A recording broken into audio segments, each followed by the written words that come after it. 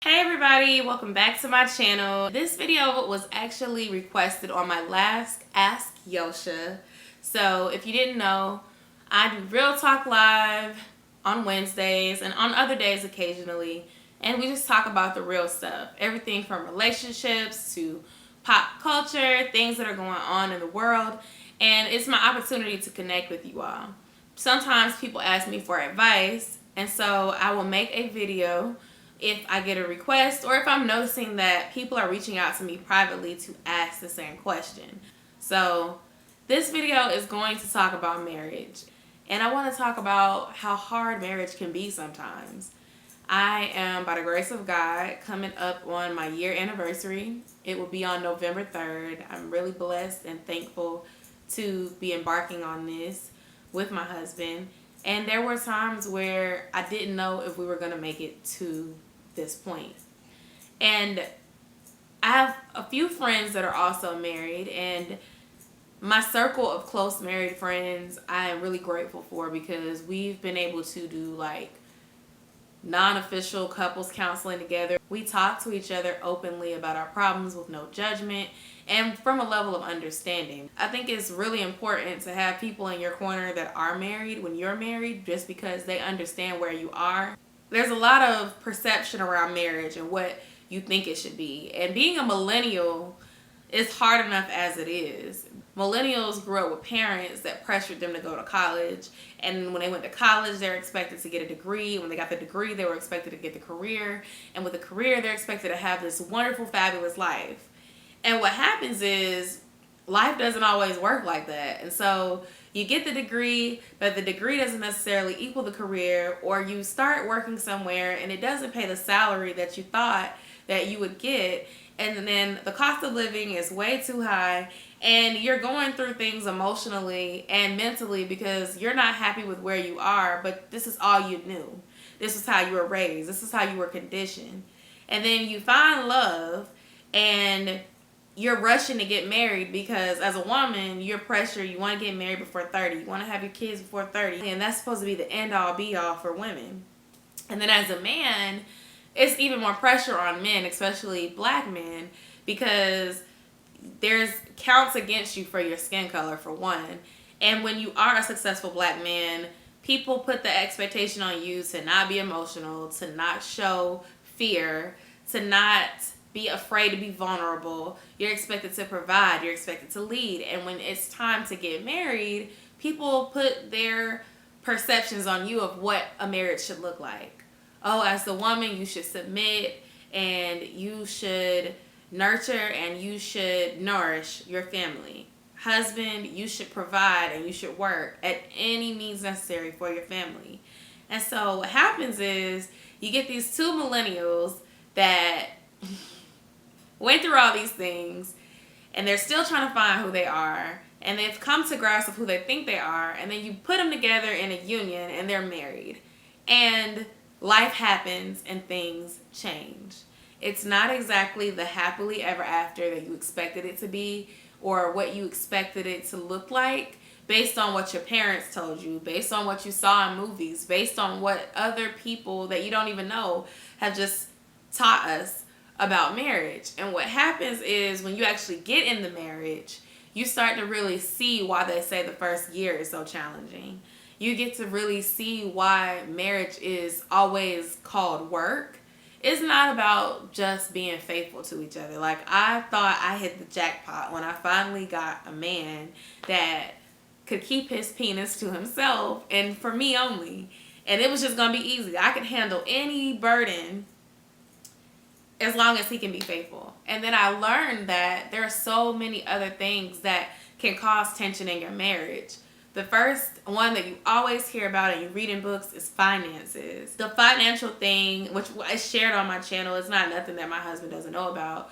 That was extremely hard for me because I've always been a person that was about my money. So when he lost his job, literally, like, that was a really big challenge for me because I am so big on stability. I'm so big on financial security.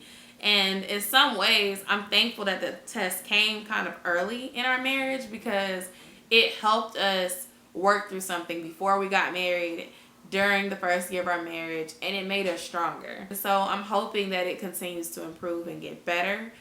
The perception of the man should do this and that and do everything almost makes us feel like the more pressure is on him financially than on us. And for me, I've always been the type of person that I've always wanted to have my own, because I grew up and my dad provided for my mother, and my mother really didn't work for most of her life. She worked before I was born, and she used to tutor and teach from home and that sort of stuff, but she was really a stay-at-home mom. And when my mom and my dad separated, I got to see how hard it was and where it brought us when she had to take care of me without him. And my dad was still very present in my life, but it kind of made me learn independence. That and that my dad really gave me like an entrepreneurial spirit.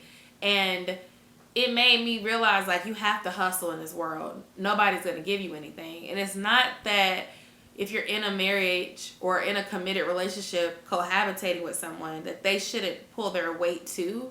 Because I'm all for people pulling their weight no matter what their gender is. But it's like, sometimes people who don't really have that relationship experience talk about marriage as if it's like their cakewalk for the rest of their life.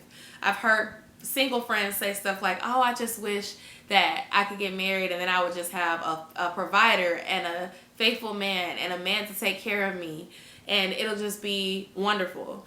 And I'm here to tell you that that is like a misconception, because what happens when your provider loses his job and he can't provide for you anymore? Do you not want to be his wife anymore? What happens when your provider and your protector can't protect you anymore because he's going through something emotionally, or he's going through something that's changed his life? You have to really make sure you know your partner. And the best way to know your partner is to experience them going through something significant, a change, a drastic change. Because knowing how your partner reacts to changes gives you an opportunity to see how they react in most difficult situations. So if your relationship has mostly been cakes and lollipops and smooth sailing, you really only know that person when they're happy. But when they go through something difficult, like losing a job, someone passing away, depression, something that's like, not cakes and lollipops, you get to really see like who that person is and how they react. And then you also get to see how much you love that person. Do you just love them when it's convenient for you? Is it just the physical connection that's bringing you together? Are you going to be able to withstand these trials and tribulations and make it through on the other side? And the other thing is, it really cannot just be physical. Like, I've had my share of physical attraction with different people that I dated before being married, and they just were not good for me on the inside. They were not loyal. I could not count on them. It was very one-sided, and it made me realize that you can't just go on looks and sexual connection, because at the end of the day, when stuff gets real, sex will be the last thing on your mind. You have to really put in the work, and when you disagree, you have to work on finding a mutual understanding. Not always going to get things your way. It's not always going to be about what you want. You're going to have to give a little. The other person's got to want to give a little, and it has to be an understanding of the two of you working together. Don't be afraid to call off an engagement. I had to do that once, and I don't regret it, because it's like, once you get married, the goal and objective is to stay married. And so if you are seeing red flags while you are dating, while you are engaged, a lot of us are like, oh man, I don't want to be embarrassed because I told everybody I'm getting married, I'm engaged, and I've told my business, which is why you may want to stay low-key with your social media anyway. But it's like, oh no, I don't want people to know that we're not working out right now. But at the end of the day, it is what it is. You got to live this life for you, because if you walk down the aisle with the wrong person, you're going to be stuck in that situation until you can file for divorce and y'all can work that out. And it's just a bunch of work to get divorced and to be together regardless. So if it's like, you want to make sure that this fight is worth it with that person. And so don't be afraid of what other people think. And that's something that you got to take with you into your marriage as well. Like, the marriage is the two of you. It's not your parents. It's not your friends. It's not your coworkers. Leave those nosy people out your marriage and really focus on what makes y'all happy. A lot of times I was okay with certain stuff until I started talking to others, and others would give their insight and I would start comparing. And you can't do that. You can't compare yourself to the next person because you don't know their full situation.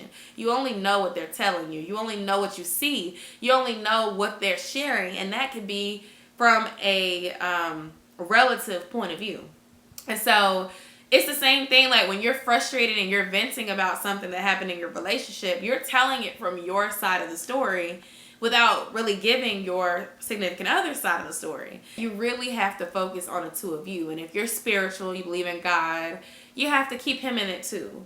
Because if not, things just start to go crazy. Don't be afraid to talk about your problems with a trusted source. Like I said, those married friends that actually understand because they're married too are a great resource. You can talk to people who are in long-term relationships, but people that are in long-term relationships often say things like, oh, well, I would leave. I'm not dealing with that. And that's the thing. You can't have that attitude with a marriage, because a marriage is not supposed to be a situation and conditions that you're going to leave if something bad happens. Now, I'm not saying let somebody beat on you and cheat on you and hurt you and stuff, but what I am saying is that leaving should be the last resort.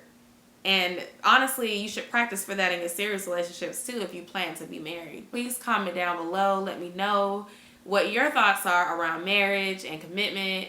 And I thank you so much for spending your time watching this video. Please make sure you've subscribed, like, share it with a friend, and I'll see y'all in my next video.